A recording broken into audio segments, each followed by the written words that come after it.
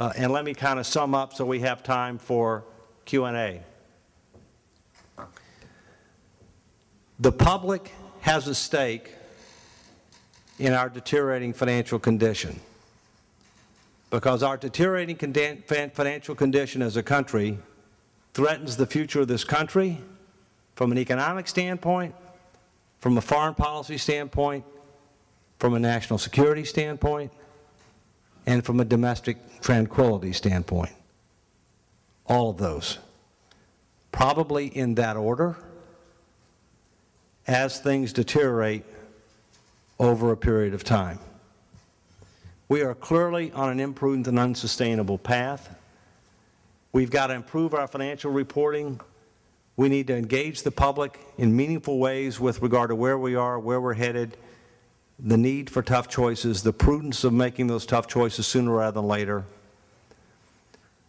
We need to make the stakes for politicians associated with doing nothing and the political pain associated with doing nothing greater than the political pain of doing something that might involve some shared sacrifice in the short term for a much better future over time. We need to improve financial literacy in this country. We're not top 25 in math and science. We don't do a very good job of financial literacy or civic responsibility either. And as a result, we have a dysfunctional democracy, which is clearly fiscally imprudent, and frankly, we have too many Americans following the bad example of their federal government. They don't necessarily understand what their duties and responsibilities are as a citizen. They may not know how to handle their own personal financial affairs. Let me tell you the bottom line on our fiscal situation. The younger you are and the better off you are, the more you're going to get affected by the coming restructuring. The younger you are and the more better off you are, the more you're going to be affected, because government is going to renegotiate the social promise. It's going to make sure there's a safety net for the truly needy. It's going to raise taxes, and it's going to disproportionately raise taxes on people that are better off, but we are going to move to a progressive consumption tax so that we start getting more money from others that we're not now. Believe it or not, today, over 40% of Americans don't pay any income tax, and it's headed to over 50%. Don't pay any income tax. In fact, a number of those get rebates or an income tax credit. Well, guess what? Every express and enumerated responsibility envisioned by the Founding Fathers for the federal government is funded with the income tax. So that means 40% going to 50% plus get a free ride. A free ride. That is not right. And while those persons pay payroll taxes, those payroll taxes are not adequate to fund the programs that they're earmarked for, and the people who are in that category receive a disproportionate large benefit because they're not paying as much in taxes overall, yet the benefits are structured to help those that are less well off on a relative basis. It's very important that CPAs, of which I'm proud to be one, be engaged in this effort. My view is CPAs, along with actuaries, along with financial planners and other financial professionals, have a disproportionate opportunity and obligation to be engaged in this effort, because you're credible and because the P stands for public. That means public interest.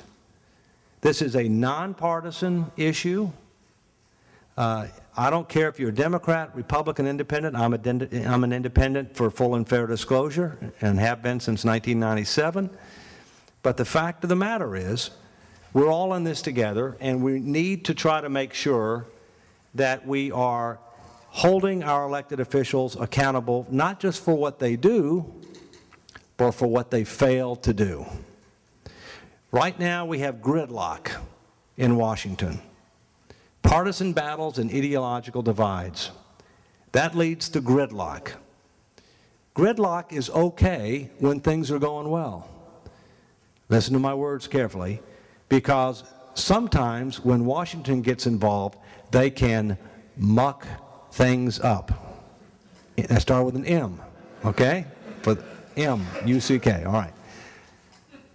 But gridlock is not good when things aren't going well and where they're deteriorating with the passage of time. We face a debt bomb.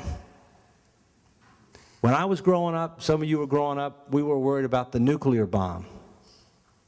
Now we have multiple bombs, including a debt bomb. Duck and cover wouldn't work with a nuclear bomb. Duck and cover isn't going to work with a debt bomb. We need to get real. We need to start demanding action. Because as a fiduciary, it's not just what you do that you should be held responsible and accountable for, it's what you fail to do that you should do. And in summary, this issue involves a lot of big and bad numbers, and it clearly involves fiscal irresponsibility with serious adverse consequences. You know, but it's really more than a fiscal issue, and it's more than an economic issue. It's a moral issue.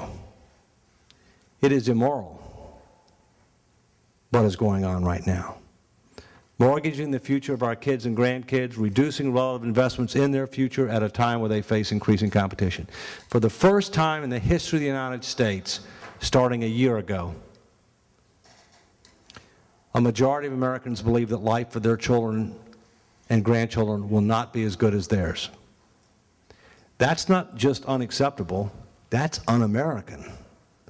America has always been about things will be better for the next generation. And that's what stewardship is.